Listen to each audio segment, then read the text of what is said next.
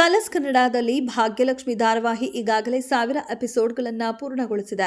ಈ ಧಾರಾವಾಹಿ ಒಳ್ಳೆಯ ಟಿಆರ್ಪಿಯನ್ನ ಪಡೆದುಕೊಳ್ಳುತ್ತಾ ಬರುತ್ತಿದೆ. ಈಗ ಧಾರಾವಾಹಿ ಕೊನೆ ಆಗುತ್ತಿದೆ ಎಂಬ ಮಾತುಗಳು ಸೋಷಿಯಲ್ ಮೀಡಿಯಾದಲ್ಲಿ ಹರಿದಾಡಿದೆ. ಈ ವಿಷಯಕ್ಕೆ ಸಂಬಂಧಿಸಿದಂತೆ ಧಾರಾವಾಹಿಯಲ್ಲಿ ತಾಂಡವ್ ಪಾತ್ರ ಮಾಡ್ತಿರೋ ಸುದರ್ಶನ್ ಅವರು ಮಾತನಾಡಿದ್ದಾರೆ. ಅವರು ಧಾರಾವಾಹಿ ಮುಗಿಯುತ್ತಾ ಅಥವಾ ಇಲ್ಲವಾ ಎಂಬ ಪ್ರಶ್ನೆಗೆ ಉತ್ತರ ನೀಡಿದ್ದಾರೆ. ಭಾಗ್ಯಲಕ್ಷ್ಮಿ ಧಾರಾವಾಹಿ 2022ರಲ್ಲಿ ಪ್ರಸಾರ ಆರಂಭಿಸಿತ್ತು. ಮೊದಲು ಅಕ್ಕ ತಂಗಿ ಕಥೆಯನ್ನ ಹೊಂದಿದ್ದ ಈ ಧಾರಾವಾಹಿ ಆ ಬಳಿಕ ಅಕ್ಕನ ಕಥೆಯೇ ಬೇರೆ, ತಂಗಿಯ ಕಥೆಯೇ ಬೇರೆ ಮಾಡಲಾಯಿತು. ಲಕ್ಷ್ಮಿ ಬಾರಮ್ಮ ಹೆಸರಿನಲ್ಲಿ ತಂಗಿ ಧಾರಾವಾಹಿ ಪ್ರಸಾರ ಕಂಡಿತ್ತು. ಭಾಗ್ಯಲಕ್ಷ್ಮಿ ಹಾಗೆಯೇ ಮುಂದುವರಿಯಿತು. ಈಗ ಧಾರಾವಾಹಿ ಕೊನೆ ಆಗುತ್ತದೆ ಎಂದು ಹೇಳಲಾಗ್ತಾ ಇದೆ.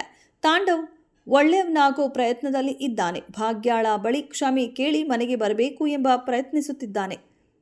ಇದು ನಾಟಕವೋ ಅಥವಾ ನಿಜಕ್ಕೂ ಆತ ಬದಲಾಗಿದ್ದಾನೋ ಎಂಬ ಪ್ರಶ್ನೆ ವೀಕ್ಷಕರದ್ದು. ಇನ್ನು ಅತ್ತ ಆದಿಯು ಭಾಗ್ಯಾಳ ವಿವಾಹ ಆಗುವ ಪ್ರಯತ್ನದಲ್ಲಿ ಇದ್ದಾನೆ.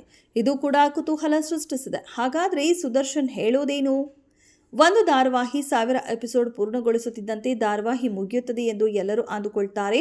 ನಮ್ಮ ಧಾರಾವಾಹಿ ಕಡಿಮೆ ಟಿಆರ್ಪಿ ಪಡೆದರೆ ಆ ರೀತಿಯೇ ಊಹೆ ಅಥವಾ ಕಲ್ಪನೆ ಮಾಡಿಕೊಳ್ಳಬಹುದು. ಆದರೆ ನಮ್ಮ ಧಾರಾವಾಹಿ ಉತ್ತಮ ಟಿಆರ್ಪಿಯನ್ನೇ ಪಡೆದುಕೊಳ್ಳುತ್ತಿದೆ. ಹೀಗಾಗಿ ಧಾರಾವಾಹಿ ಮುಗಿಯುತ್ತದೆ ಎಂಬುದರಲ್ಲಿ ಅರ್ಥವಿಲ್ಲ.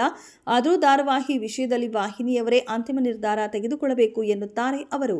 ಇನ್ನು ರಾಣಿ ಹೆಸರಿನ ಸೀರಿಯಲ್ ಬಿಗ್ ಬಾಸ್ ಸಂದರ್ಭದಲ್ಲೇ ಘೋಷಣೆ ಆಗಿದೆ. ಸದ್ಯ ಈ ಧಾರಾವಾಹಿಯ ಪ್ರೋಮೋ ಕೂಡ ರಿಲೀಸ್ ಆಗಿದೆ.